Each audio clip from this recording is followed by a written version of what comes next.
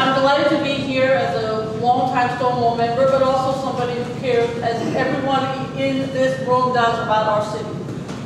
The reason I'm supportive of this bill, and I'll talk about it in 2 minutes, is that some of the women actually from A Better Balance and from lawyers I've known in the past came to me as somebody who was known to be a woman leader. I also passed the domestic workers bill in the city council, which wasn't as extensive as what happened in Albany, but we did get a bill that said if you're a domestic worker hired by an employment agency, there are certain laws that you have to abide by. That was way before Albany, and that's why I think I was known as somebody who cares about these kinds of issues. When attorneys came to me and said, Gail, would you be interested in paid sick leave? Boy, did I ever not know what this would entail.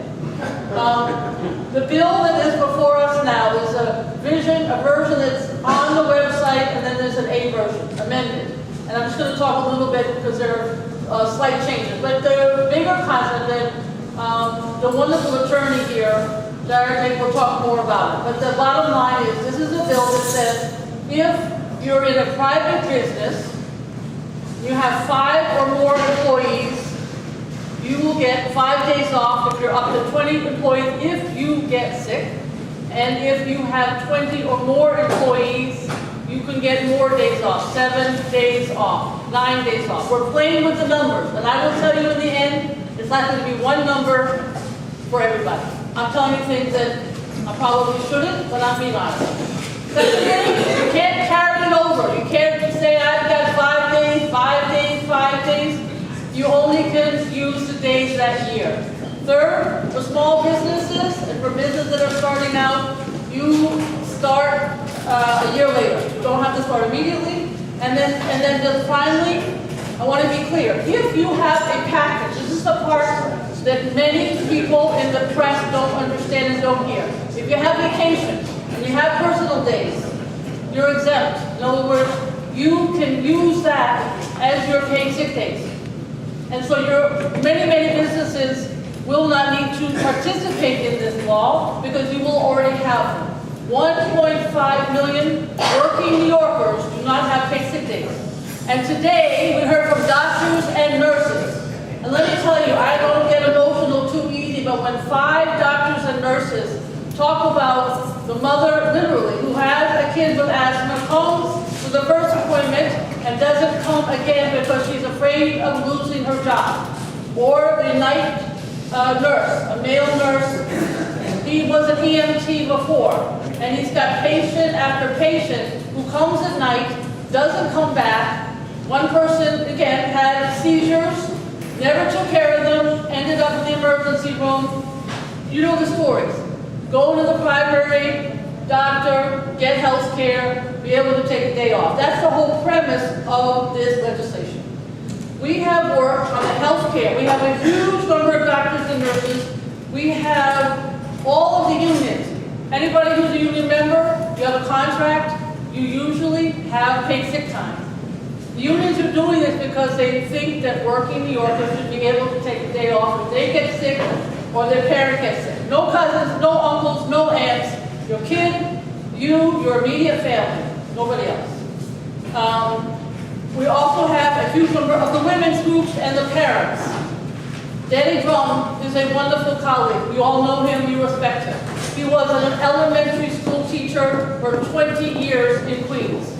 He said that every single day, people brought children to school sick. I always thought you might come to school, as I had to do when the kid got sick. But no, he dropped them off because nobody could take a day off. So the school nurses were the first group of people to come to us and say, Gail, please do something. The line is too long in the school nurse's office. So all of the parents, all the women's groups, 146 countries have paid sick time. Now I know this is not unusual for the United States not to be on lists that are good lists. I know you have other lists, we all do. And also the New York Times editorial, which you may have seen a few Sundays ago, came out very much in support of paid sick time. So that's the health issue, the women's issue, the parents issue. I want to talk about business. I think Tony knows that I feel very strongly about small business. We were very fortunate Recently, on the Upper West Side, we passed a retail proposal. It was controversial. Seems like everything I touch is controversial. But what it stated is that if you are a bank, you have to stay within 25 feet. I have 70 banks in my district from 54th Street to 96th Street. 70, Barney Jones. Some people don't have any banks in their districts in my city council. 0. I have 70. So now you have to have a space of 25 feet if you're a bank. You can go up, you can go down, and regular storefronts can be 40 feet, but they cannot be 200 feet, which is the length of a block. So that hopefully will help, nothing is perfect, to maintain some of the mom and pops in the district. I'm very supportive of small business, and I know with the speaker, we've been looking at the, I don't know what you call it, the alphabetization or the grading of restaurants and all the challenges that go with them. And I know that the speaker is working on that, and my committee was part of that 6 or 7 hour excellent hearing on the topic, and I hope, and I think something will get done. I feel very strongly that the small business is the backbone of our city. Other cities have paid sick time. Now, San Francisco, I've heard on the stand at the city council, people say, Gail, San Francisco is not a city. Excuse me? Excuse me? It's not a city because everything they do in San Francisco is not applicable to New York City. I get that all the time.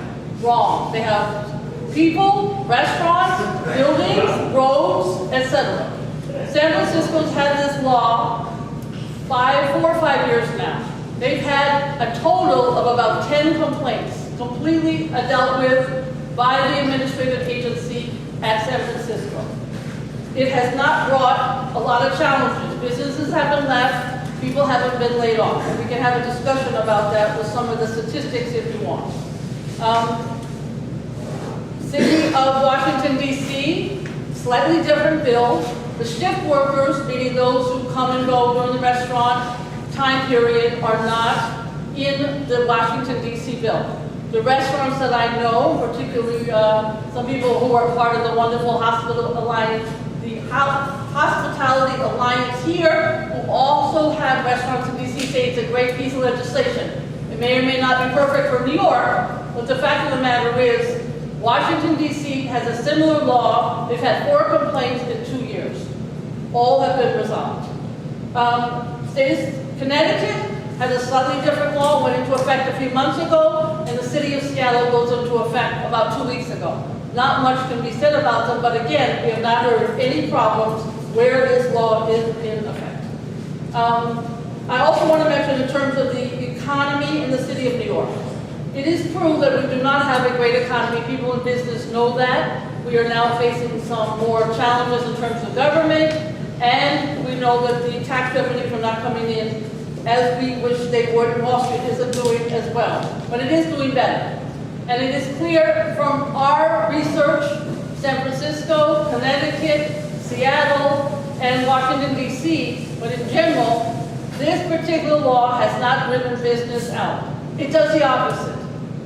I know you can look at the cost for a business, and we will talk about that, but don't forget, without paid sick time, the cost for the taxpayers at the emergency rooms in the hospitals is in the millions of dollars here in the city of New York. Now, it's not just paid sick time. It's people who, for whatever reason, decide not to go to the doctor during the time that he or she's in his or her office and decide to take a hike to the emergency room, which is incredibly expensive. But when you talk to the ER doctors, as we did today, 5 of them, nighttime people are often people who do not have paid sick time. So the cost is tremendous for the hospitals. It's in the millions and millions of dollars. We don't have it in our city. The cost is about 22 cents per employee per hour if you're sick. And so that would be that if you have workers, that would be the approximate cost for paid sick time. What do you get in exchange? There are lots of chambers and lots of businesses who are against it. There are lots of businesses and lots of chambers who are for it. The group called Make the Road New York, which is a lot of low-income workers, also organizing businesses all across Queens, all across Brooklyn, Harlem Chamber of Commerce, Southeast Queens Chamber of Commerce. They are for it because they believe more loyalty. People, customers and employees want to be safe and not be sick. People don't want to spread it in the kitchen. They don't want to spread it in the store, and they don't want us to get sick on the subway. So it's a polls well. It means that the business is healthier in the broadest sense of the word. So I want to conclude by stating it's a health issue, it's a family issue, no matter what composition your family is.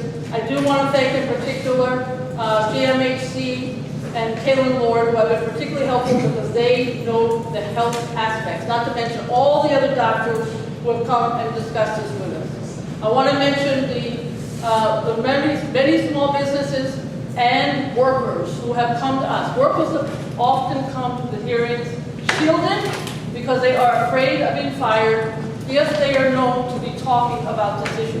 Very, very tough for these workers to come forward. 1.5, many of whom don't speak English as their first language, many of whom are in jobs that don't pay a lot. They miss a day of work, they don't make the rent. They miss a day of work and they get fired and can't necessarily find another job. So, and I think the goal, everyone in this room for or against the bill, everybody agrees that we want a healthy city, we want a city that business does well in, and we all want to figure out how to get there. This bill may or may not be everybody's first choice. It is mine for all the reasons that I've outlined. But I think this is an example where government does need to step in, exempting union contracts, exempting all the many, many nonprofits and businesses that already have what I call bucket or some kind of approach that includes benefits and vacation. You're exempt. I don't know how many more times I say that, but people don't understand that that's where to go. Most of the large businesses in the city of New York have paid sick time. God knows the government does. When we leave, you can get all your days, your personal days, your sick days, your vacation days. That's sometimes why you see people leaving government with these large days left to get paid. That is not true for many of the private sector workers. They just need 5 days. In San Francisco, it's not a city, I know. In San Francisco, 3 days is the average day that people take because they want to be loyal to their company, because they don't know if they're going to get another job, because they don't want to abuse. The notion that every Monday you're going to take off because you have 5 sick days has not been realized in any of the locations where paid sick days exist. Thank you very much, and thank you, Stonewall.